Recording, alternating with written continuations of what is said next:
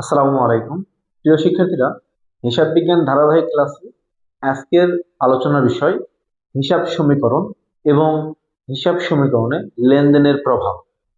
হিসাব সমীকরণ বলতে আমরা বুঝি সম্পদ সমান দায় যোগ মালিকানা সত্ত্ব, অর্থাৎ একটি প্রতিষ্ঠানের মোট সম্পদ দায় এবং মালিকানা সত্ত্বের সমান হবে। একটা প্রতিষ্ঠানে যদি 10 টাকা সম্পদ থাকে, তাহলে ওই 10 টাকার সমপরিমাণ দায় এবং মালিকানা সত্ত্ব থাকবে। সম্পদ বলতে আমরা বুঝি ভূমি, দালান কোঠা, আসবাবপত্র এবং অন্যান্য স্পর্শনীয় অস্পর্শনীয় সম্পদ।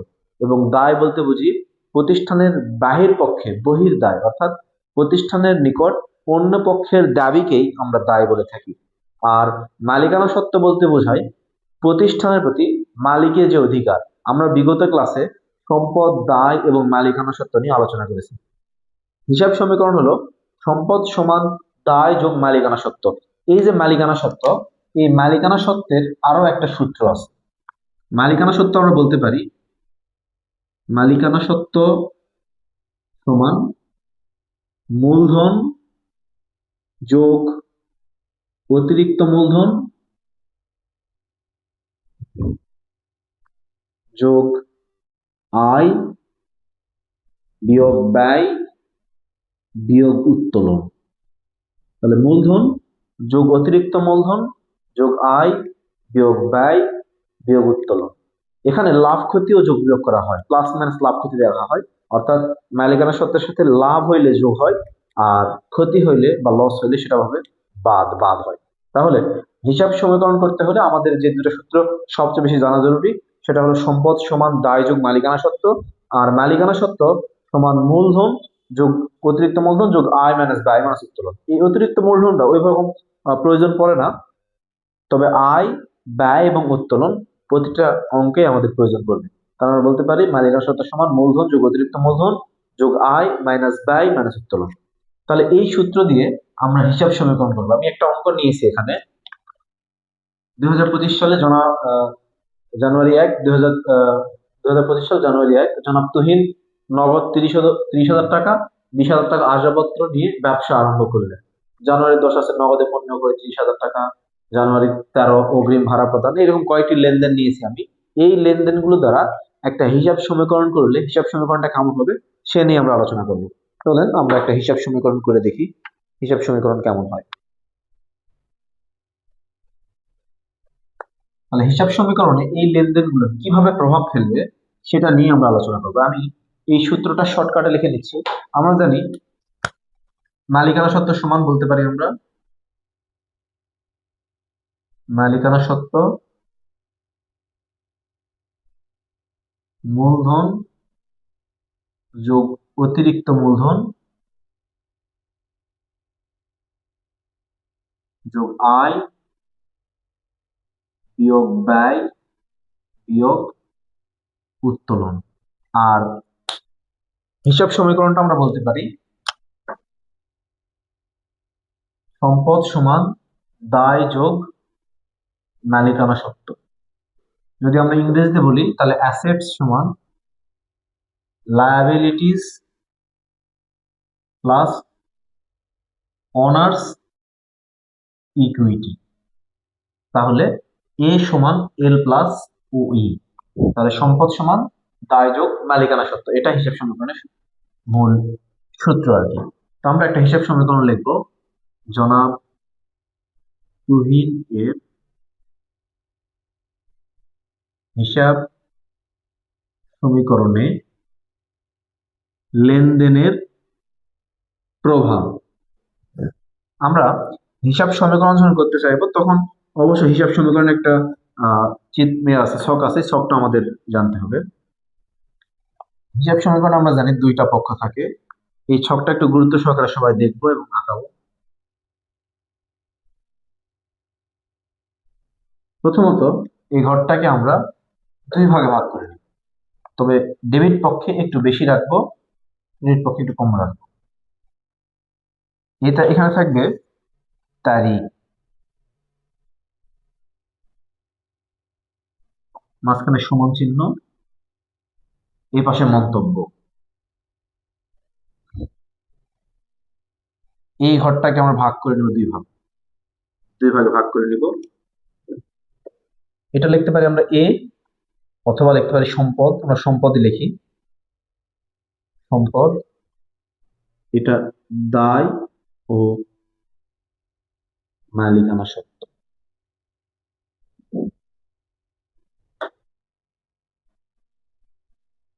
তাহলে এখন আমরা অঙ্কটা শুরু করতে পারবো। এখন এই যে সম্পদের যে আমি ঘরটা রাখছি, এখানে বিভিন্ন সম্পদের নামগুলো লিখবো। আমরা একটা একটা করে এন্ট্রি করব, বিভিন্ন সম্পদের নাম লিখবো এবং বিভিন্ন দায় মালিকানার সাথে নাম লিখবো। তবে প্রতিটা হিসাব সমীকরণে ম্যাক্সিমাম গুলাতেই দুইটা ঘর কমন থাকে। একটা হলো নগদ টাকার ঘর, নগদ, আর আরেকটা ঘর থাকে সেটা হলো মূলধন। মূলধন অথবা মালিকানা সত্ত্বই লিখবো, মালিকানা সত্ত্ব। মালিকানা সত্ত্ব লিখি, মালিকানা সত্ত্ব। এখন দেখি জানুয়ারি 1, 2025, তাহলে তারিখটা দিয়ে দিব 2025 জানুয়ারি 1। জনাব তুহিন নগদ 30,000 টাকা এবং 20,000 টাকার আসবাবপত্র নিয়ে ব্যবসা আরম্ভ করলো। তাহলে জনাব তুহিন আমাদের নিয়ে এটা কিন্তু ডেবিট পক্ষ, এটা ক্রেডিট পক্ষ। জনাব তুহিন সম্পদ নিয়ে আসছে নগদ টাকা 30,000 টাকা, তাহলে নগদের একটা ঘর দিব, 30,000 টাকা এখানে লিখবো। তারপরে আমরা 20,000 টাকার আসবাবপত্রের একটা ঘর দিব।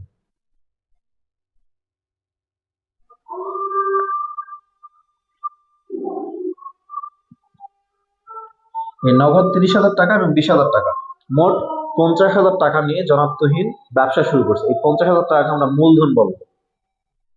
আজান দিচ্ছে।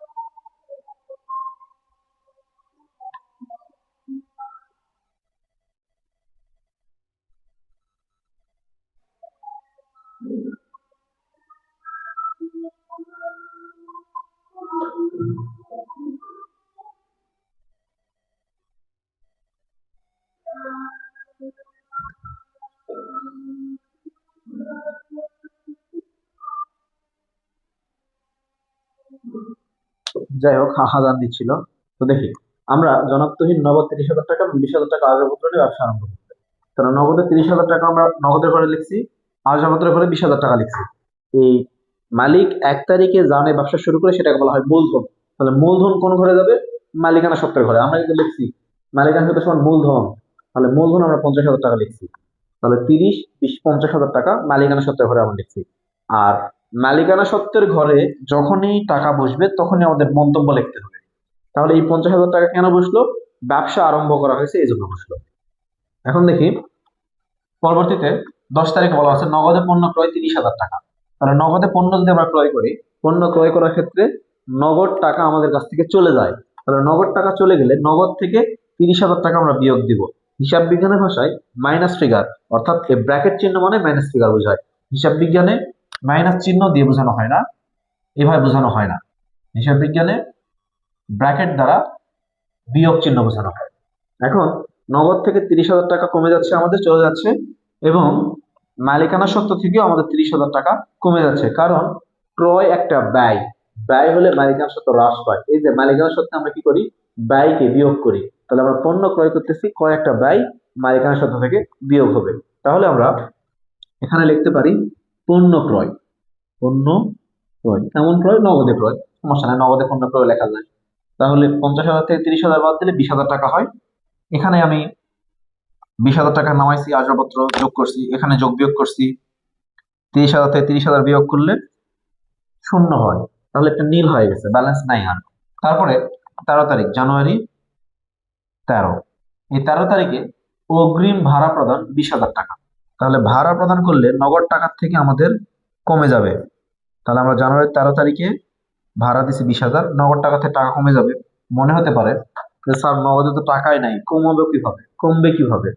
মূলত অঙ্ক যখন করা হয়, এই অঙ্কটা বোর্ড কোশ্চেনে যেটা আসে সেটা এরকম একটু ট্রিকি দিয়ে দেয়, যে টাকা নাই, তারপর ছেলে মেয়ে মনে করবে টাকা নাই আমি কিভাবে কমাবো। কোনো সমস্যা নাই, আপনারা মাইনাস ফিগার দিয়ে অঙ্ক করে ফেলবেন। তাহলে 20,000 টাকা আমি অগ্রিম ভাড়া দিচ্ছি। মনে রাখবো অগ্রিম ভাড়া একটা সম্পদ, যখন এই সম্পদ সৃষ্টি হবে আমরা সম্পদ দিয়ে ঘর বসাবো। তাহলে অগ্রিম ভাড়া সম্পদ কেন? আমরা টাকা দিয়ে রাখতেছি আমাদের ভবিষ্যৎ সুবিধা পাওয়ার জন্য। তাহলে ভবিষ্যৎ সুবিধা পাওয়ার জন্য যে টাকাটা দিয়ে রাখি সেটাকে বলি আমরা সম্পদ। তাহলে অগ্রিম ভাড়া 20,000 টাকা আমরা দিয়ে রাখছি, এটা হলো সম্পদ।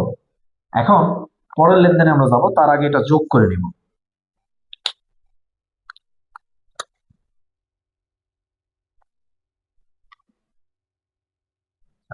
এখানে 20,000 টাকায় দেখেন, এখানে কিন্তু আমরা কোনো মন্তব্য লিখিনি। কারণ কি? আমার মালিকানা সত্ত্বে কোনো কাজ হয়নি, কোনো অ্যামাউন্ট বসেনি, যার কারণে কোনো মন্তব্য লিখিনি। এখানে 20,000, উপরে যে ব্যালেন্স আছে ব্যালেন্সটা নামাই দিব আমরা। এখানে কিন্তু মাইনাস ফিগারে 20,000 নামবে। তারপরে কি আছে?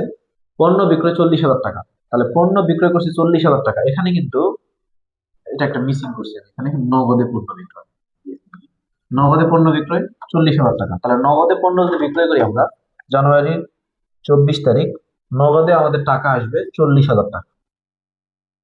40,000 টাকা নগদে পণ্য বিক্রয় করতেছি। বিক্রয় করলে বিক্রয় একটা আয়, আয়টা অবশ্যই মালিকানা সত্ত্বে যোগ হবে 40,000।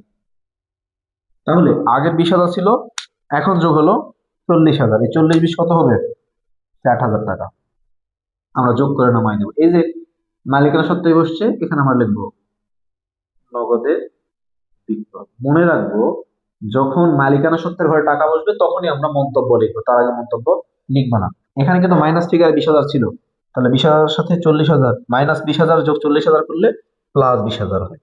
এটা আমরা জানি সবাই।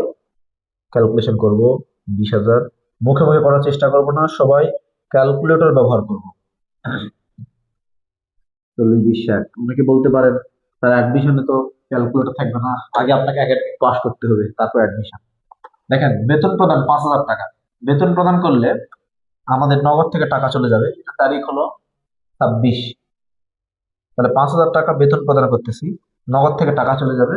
আর এই 5,000 টাকা বেতন প্রদান করলে বেতন প্রদান একটা ব্যয়, তাহলে আমাদের মালিকানা সত্ত্বেও হ্রাস পাবে, কারণ ব্যয় হলে আমরা মালিকানা সত্ত্বে বসাই কোন ফিগারে? মাইনাস ফিগারে, আমরা ব্র্যাকেট দিয়ে বসাই দিব। তাহলে এখানে কি লিখবো? বেতন হিসাব বা বেতন প্রদান লিখতে পারি আমরা, বেতন প্রদান লেখা। তাহলে এখানে ক্যালকুলেশন করলে কত হবে? 55,000, 55,000। এখানে 20,000, এখানে 20,000, এখানে 15,000। দেখেন তারপরে কি আছে? 1 মাসের ভাড়া অতিক্রান্ত হয়েছে। মূল কথা হলো এই যে আমরা অগ্রিম ভাড়া দিয়ে রাখছিলাম, ওখানে কিন্তু লেখা আছে অগ্রিম ভাড়া প্রদান 4 মাস। ক মাস লেখা আছে? 4 মাস। তাহলে 4 মাসে দেওয়া ছিল 20,000 টাকা, তাহলে 1 মাসে কত হবে?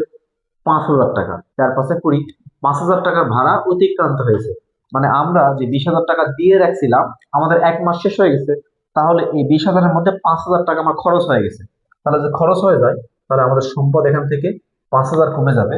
এবং খরচ মানে ব্যয়, খরচ ব্যয়ের আরেকটা নাম। তাহলে ব্যয় হলে কোথায় বসবে? মালিকানা সত্ত্বে বিয়োগ বিয়োগ হবে। তাহলে এটা 30 তারিখ।